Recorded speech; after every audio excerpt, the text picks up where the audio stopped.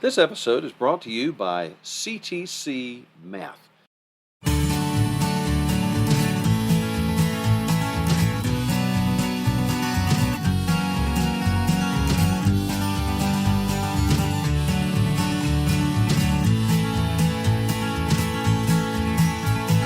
Well, hello everybody. I'm Hal. And I'm Melanie. And we want to welcome you to another episode of Making Biblical Family Life Practical.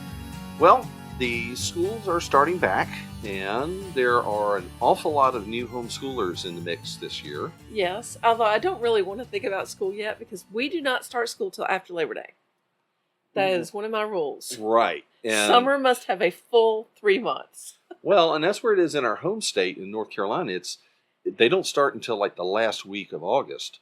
But I know the neighboring state of South Carolina, they start like August the 3rd or something crazy like that. So anyway, it is the back to school season whenever that occurs. And one of the things which I think catches new homeschoolers by surprise is that the classroom you grew up in doesn't look like the classroom you are now teaching, does it? Oh, that's so true. And it really messes people up. Like I remember one time being at a homeschool support group meeting. Mm-hmm. And a mom came in, and how she looked a mess. She was a wreck. Mm-hmm.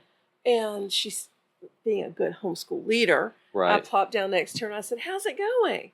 And she said, "I'm dying."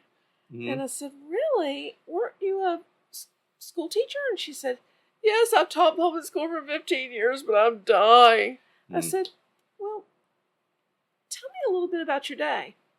And she said, "I don't know how you do it. Homeschooling all those kids, I've got 4 and I just can't manage this." And I said, "Well, tell me how it happens. What do you do when you get up?" She said, "Well, we get up and we have breakfast and then we go to our schoolroom, and I got 4 little desks from the schools, Mm-hmm. and I bought a chalkboard. It's all really official. It's really cool. Yeah. And, first I teach the first math lesson, and then I teach the second math lesson, and then I teach the third math lesson, then I teach the fourth math lesson, and then they do their seat work, and some days it's all we can do to get math done, and it takes hours and hours and hours. Whew. Yeah. I said, "Honey, let me tell you a little bit about our day." And I explained to her that you do not need to teach 7 separate subjects for 7 different kids. Mm-hmm. That a lot of things are taught separately just because it's convenient if you're teaching 38-year-olds to teach all 38-year-olds together. Right. But if you have a 10-year-old, an 8-year-old, a 6-year-old, a 4-year-old, Mm-hmm. there's no reason they have to be studying different things in history and in science. Right. Some things need to be on the child's particular level, but other things can be easily combined. In fact, there's a lot of advantages to combining them. Right. Well, you see, and that's an important principle, which I don't think it comes naturally to a lot of folks, because they think, well, I went through elementary school or high school, and I remember what it was like in our classroom, and we just have fewer students, right? Well, no, because the way that an institutional schoolroom is set up is based on that model of I've got 20 to 30 children who are all the same age, but different skill levels, different, abilities. And well, a lot of times they even group them by ability. Well, yeah. And so they're trying to aim at one particular thing. We're going to teach all these kids the same thing. So their goals are going to be a little bit different because of the way they're set up as an institution, and you as a homeschooler are not. And so you have to look at it kind of with fresh eyes and say, all right, I've got a group of students who don't just have different abilities in the 5th grade, but I've got a 1st grader and a 3rd grader and a 5th grader and a freshman in high school. How am I going to manage all of these different grades in the same period of time? Well, you need to completely rethink the way that school is done. Mm-hmm.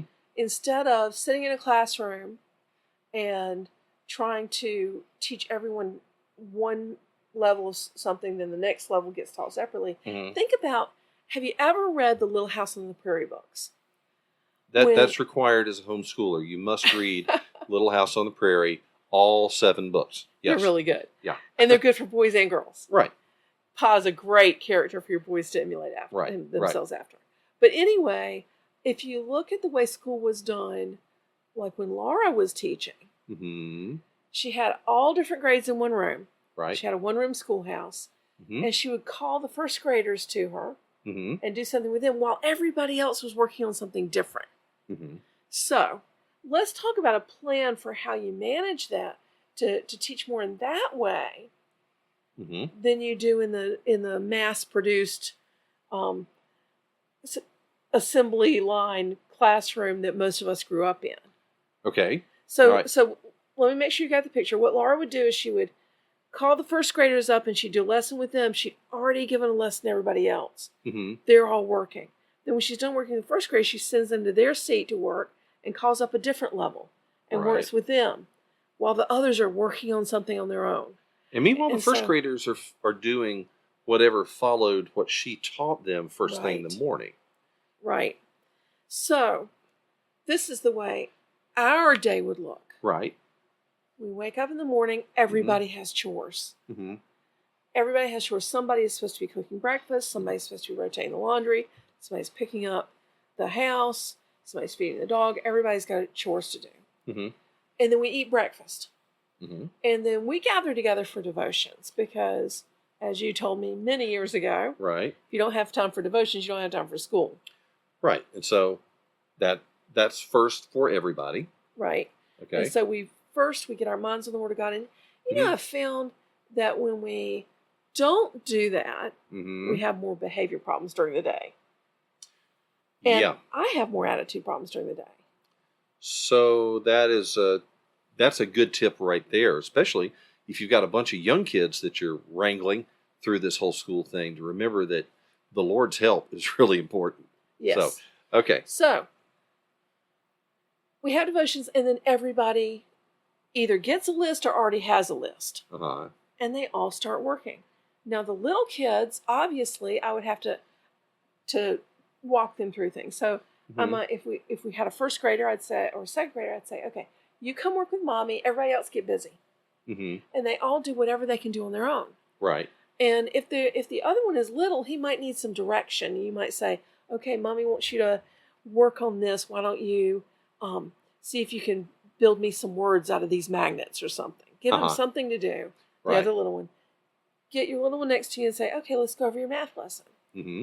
Now, a math lesson does not take an hour like it does in the schools. Oh, now see, that is a critical point, that the schools have a fixed schedule so that each class period can interchange with a different one when you're moving from teacher to teacher. But if your goal is to teach this one child the phonics lesson for today, that may only take a fraction of an hour. It might take 5 minutes. Yeah. It may take 10 minutes.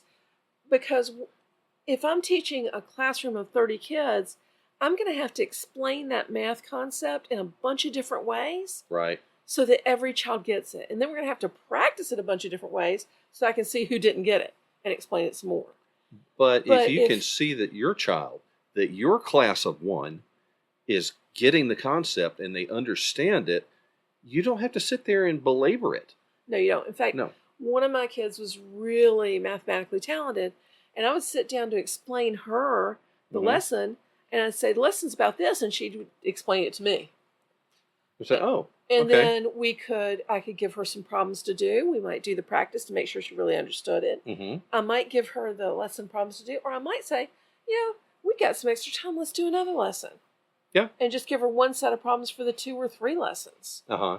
You are not bound to do things exactly like anyone else, because the goal is that your children learn, not that they perform a certain series of actions. Very crucially important understanding. I And didn't it's a different understand mindset. that when we started. Well, and it's a different mindset, because so much, let's be honest, so much of the educational establishment is we've got a bunch of boxes we have to check off. And Yes. hopefully those boxes represent useful knowledge that's gained and skills that are built upon. But at the end of the day, you've got to be in your seat for 7 to 8 Yes. hours of the day, and you have to go to these classes, and your attendance is taken, and all of the homework is turned in, and everything is very much, marking off a grid, when really and truly, maybe you could have done all your schoolwork in 3 hours rather than 7 hours. Or growing if you up. have little kids, it might have been 45 minutes or an Yeah. hour that they could do their work. Okay. And so You get a child, you go through his lesson, you tell him what to do, then you sit him down to work on his seat work while you work with somebody else. So you kind of interleave them. Yeah, You you weave them together. And so it really doesn't take a whole lot of my time at all. And then when everybody's getting kind of antsy working on their own, I might say, hey, let's read our history, or let's read our science. Mm-hmm. And we do, for history and science, let's talk about that after the break. We'll Because talk about that. we Yes. need to talk about our sponsor. Okay, so come back after break. We're going to talk about some practical things about curriculum choice and teaching style when you are teaching a whole bunch of different grade levels at once. Are you looking for a new math curriculum? Well, CTC Math specializes in providing online video tutorials that take a multi-sensory approach to learning. Favorably reviewed in Kathy Duffy's 102 Top Picks and the Old Schoolhouse Crew Review. The lessons are short and concise to help your children break down concepts and appreciate math in a whole new way. The lessons are taught the traditional way, not to the test. Each one of the video tutorials is taught by an internationally acclaimed teacher, Pat Murray, who is renowned for teaching math concepts in a simple, easy-to-understand way and in only a few minutes at a time. Using a multi-sensory approach, having the combination of effective graphics and animation synchronized with the voice of a friendly teacher together with practical assessment, even students who struggled with math are getting fantastic results. And the ones that were doing okay before now are doing brilliantly. Visit CTC Math today and start your free trial. That's ctcmath.com.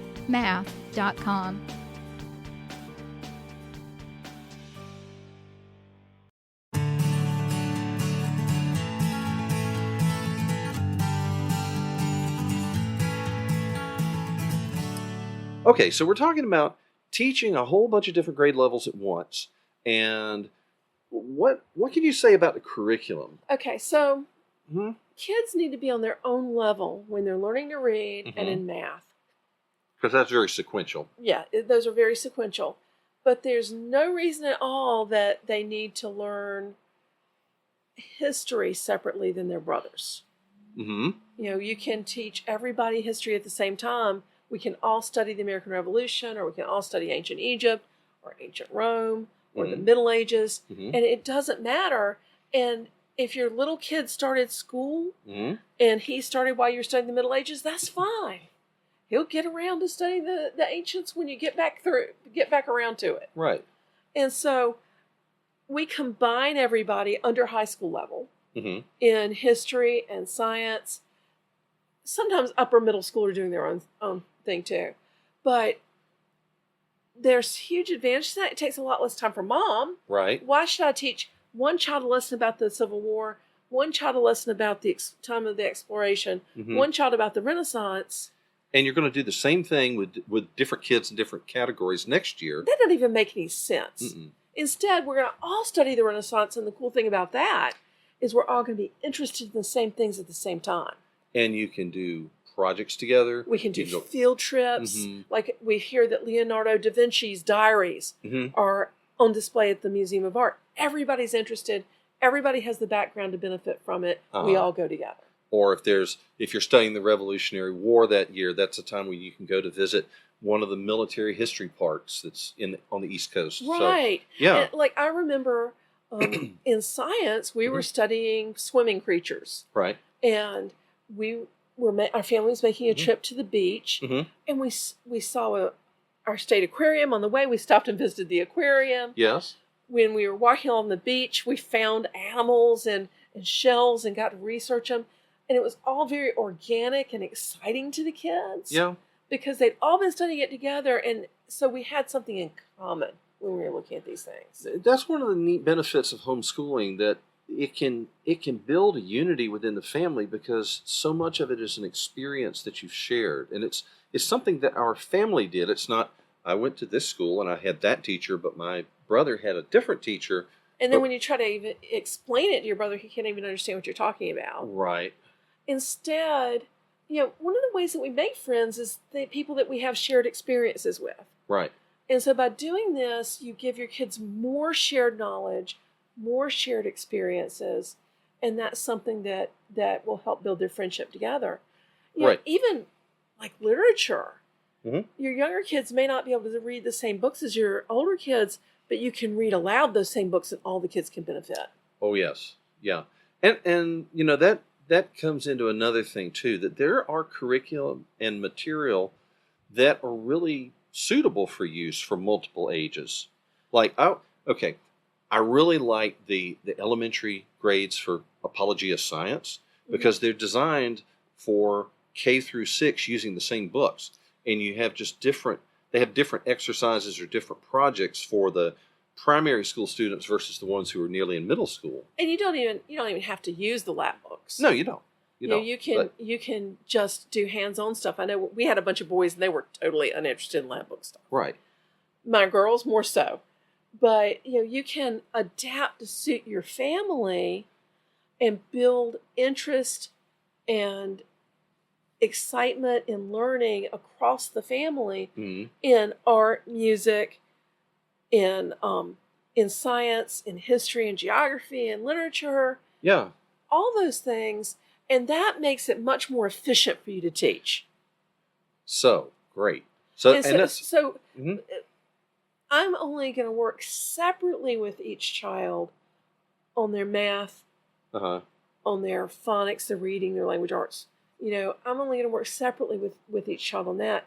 And the older kids are only going to come to me, like the high school, upper, middle school kids are just going to come to me when they need to discuss something or ask a question. Well, so much of it, yeah, because so much when you get to the high school level, you're really almost, but not quite, to college level, where they expect the student to read the book, to try to understand the book, to ask questions when they come to class, and you can start training your kids when they're in high school and being homeschooled to start thinking that way, to say, this education is for your benefit, embrace it, read it, ask questions, try to understand it, and we'll walk through it together. Oh, that's a huge, I worried that I wasn't doing my job when I was doing that. But instead, my kids told me when they got to college, they said, I am so thankful you made me responsible for my own education. Because now I look at the syllabus and I do what the syllabus tells me to do, and my friends are drowning because they're not used to handling things themselves. They're used to everything being spoon-fed and everybody telling them exactly what to do. Yeah. They don't even know how to read a textbook. And our kids did a lot better in college because of the independence they'd had in high school. Right. In fact, the more independent one of our kids was in high school, the better he tended to do in college. Yeah, for exactly that reason. And we changed as we homeschooled for many years. There were, we started out being much more strict in our scheduling and our bookkeeping and all the rest of that kind of thing. And as we grew as homeschoolers and as we saw how the process worked, we realized, it doesn't have to be that structured. I mean, it can be a much more flexible, as you said, organic. It could be something much more natural because our kids are wired to learn. Yeah, and it's a lot more fun, too, when you relax some, when you combine things, when you as a family do things. Like, I remember we just amazingly had an opportunity to take our whole family to China for several weeks. This was many years ago. Right. I tell you what, I booted our curriculum. In the months before, we found out at Christmas time we were going to China in April. Yeah. And I said, we've got more important things to do. And I packed away my history and all that stuff. And we studied Chinese history and we studied Chinese language. Yeah. And we read literature about China because this was a much bigger learning experience for my kids than making sure we finished the 4th grade literature program or whatever. That, have some perspective, folks. Well, yeah, it's like, it's like if your family is relocating across country because of a job change or somebody's going to seminary or whatever, you know what? You've got a huge organic field trip right there. Yes. What is along the route? And whatever natural thing is there or whatever historical thing is there. Or if Dad has a business trip. I remember us joining you on some business trips back when you were working as an engineer. Yeah. I remember you had to go to Boston for 2 or 3 weeks for training. Yes. And you called the hotel and said, is there any extra charge to have my family? They said, no, certainly not. Because it was a business-oriented hotel, so they didn't really care if you had kids with you. We had such a blast. Oh, my word. Gosh, y'all covered. Now I'm sitting in class. Dum-de-dum-de-dum. I'm sitting in a traditional class for training course, but Meanwhile, y'all, we're doing the Patriots Trail you and went Cape to Cod. you went to the and USS Constitution. Plymouth, you went Plymouth out Rock. to the cranberry fields. I mean, We did it all. yeah, you made a big field trip out of it, and it was fantastic. I was so jealous. And so don't let your curriculum make you its slave. Instead, your curriculum is your servant. Right. And so you use the curriculum only so much as it benefits the child and the family. Mm-hmm. Okay, so we hope that if you were just embarking on this grand adventure that we call home education, that you're not going to be put off by the fact, oh, I've got multiple kids I've got to deal with. Yeah, that's fine. There's a way to do it and have a great time doing it. And it's way easier than you think. You know, I know you're worried. You're thinking, but what do they need to know about science in the 4th grade? Y'all, nobody cares. Nobody will ever ask. Right. So talk to you next time. Yes. Okay. Look, if you've got any questions, please give us a call on our listener response line. It's at 919-295-0321. And leave us a note, leave us a message there, and we'll try to get to it. But look, we appreciate you joining us and hope you'll join us again as we take biblical principles into the 21st century family. Until next time, I'm Hal. And I'm Melanie. Thanks for joining us. Bye, y'all. You've been listening to Making Biblical Family Life Practical with Hal and Melanie Young. If you found this program interesting, challenging, and encouraging, why not join us on the web at halandmelanie.com. That's HALANDMELANIE.com. Or follow us on social media. You can find us on Facebook at Facebook/Hal and Melanie or Facebook.com/Raising Real Men. This program is a production of the Ultimate Homeschool Radio Network. Join us next week when we'll be back to talk about making biblical family life practical. Until then, thank you and God bless you for listening.